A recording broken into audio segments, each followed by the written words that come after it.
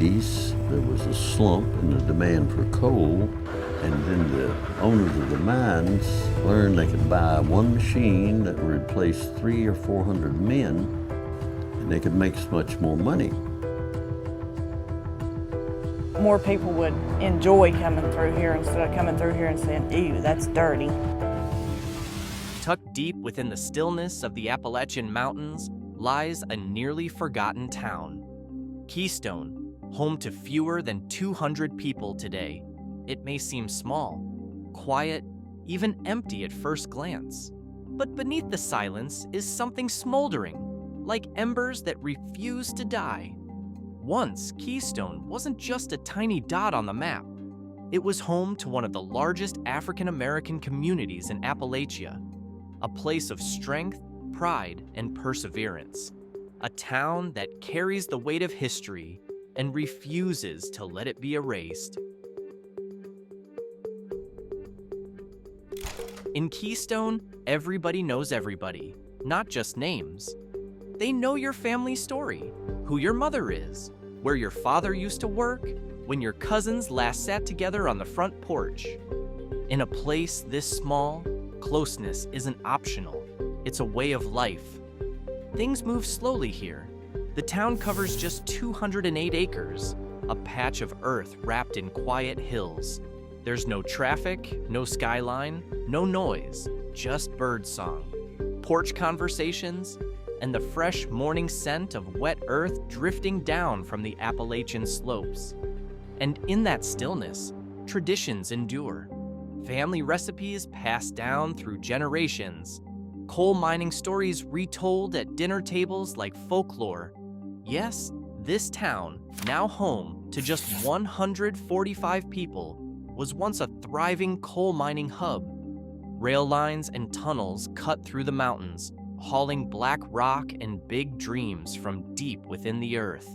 Today, the mines are quiet, but their spirit remains in the resilience of the people, in the solidarity of neighbors, and in the unspoken vow to endure.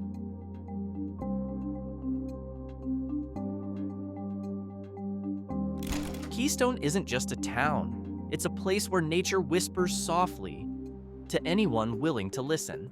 The Appalachian Mountains that rise around it aren't just a backdrop.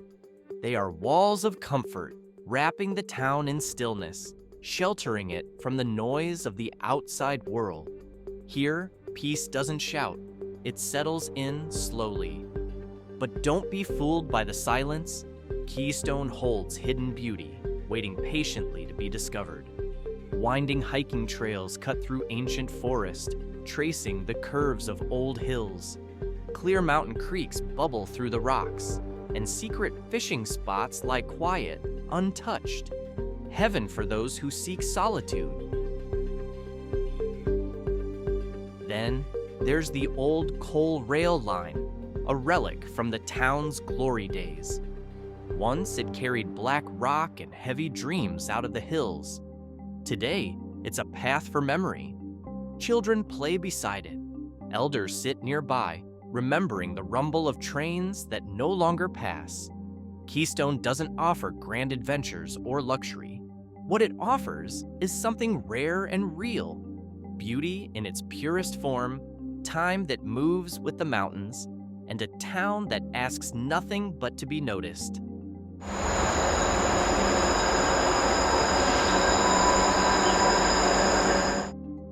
But beauty and memory can't always hide the truth.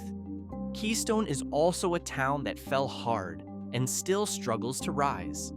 In the late 1980s through the early 2000s, the coal mines of McDowell County, where Keystone sits, began to shut down. This wasn't a slowdown, it was a collapse. Thousands lost their jobs. Office buildings went dark. Family businesses disappeared. The town's population plummeted from over 2,500 in the 1950s to 450 by the early 2000s. And now, less than 200 remain. But the collapse wasn't just economic, it was structural. According to Jamie Van Nostrand of West Virginia University in the Coal Trap, 2022, towns like Keystone were too dependent on coal for jobs, for electricity, for everything. And when the coal faded, they had no safety net. Tax revenue dried up, public services crumbled, road maintenance slowed, clean water systems broke down, schools struggled to keep their doors open. By the early 2020s, poverty in McDowell County exceeded 30%, well above the national average. But in Keystone, the reality hits even harder. Nearly 58% of its residents live below the poverty line, compared to the national rate of 12.4%. In a town this small, those numbers aren't just statistics. They're stories, they're faces, and they're felt in every conversation, every kitchen, every quiet morning.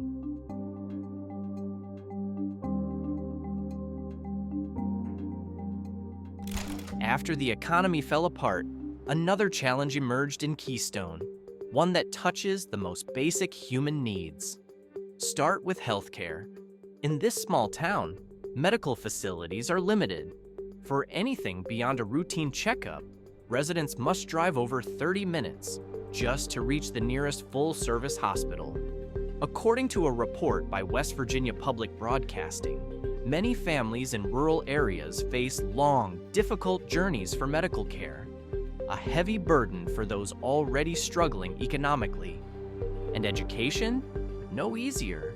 Some children ride a school bus for nearly an hour each way, every single day, just to get to class. They wake before sunrise, often braving extreme weather, just to chase an education. And it's not just the distance.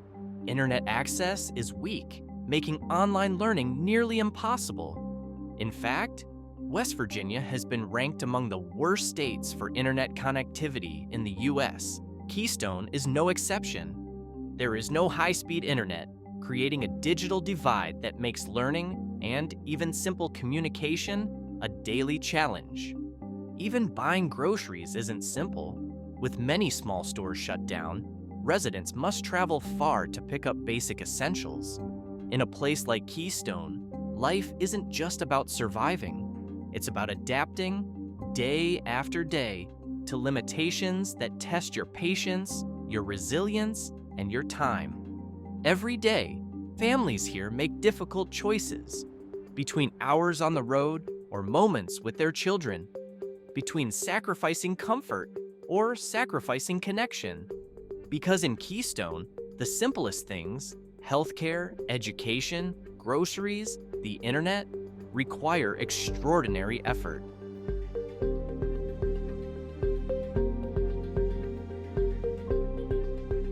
Despite the hardship, the people of Keystone are not the kind who give up easily. Behind weathered homes and shuttered storefronts, a quiet new spirit is growing, slowly but surely. Neighbors are turning to community gardens, local crafts, and grassroots markets to rebuild from the ground up. It's not flashy, but it's real. Some of the town's youth, once drawn away by the promise of opportunity, are slowly returning. They come home with new skills, new ideas, and a fierce love for the place that raised them. They're restoring the old farmers market, turning abandoned buildings into art centers, reimagining their hometown not as a relic, but as a canvas. Local volunteers and activists are reviving traditions, organizing tiny festivals, restoring historic churches, and documenting long-forgotten histories. It's their way of saying, we're still here, and we're not done yet. Then came a flicker of unexpected light. A $400,000 grant was awarded to the Keystone Space Collaborative, a regional initiative aimed at developing a space industry economy in Appalachia. To some, it may sound distant, even absurd. But to the people of Keystone, it's a symbol of possibility, that even in a town built on coal, a future made of stars might still rise.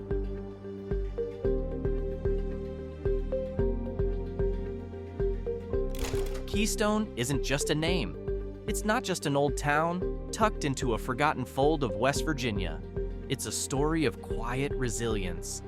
The sound of coal trains once echoed through these Appalachian hills. Now, only the wind remains, carrying whispers of what was lost, and what refuses to die. The old schoolhouse that once rang with laughter now stands silent, overgrown. The main street is still and worn, but still standing. Because this story is not just about what's gone, it's about what remains. It's about a place that might be small on the map, but massive in its meaning. A town that teaches us you don't need to be loud to survive, you don't need to be rich to rebuild. And even in the quietest corners of America, hope still lives.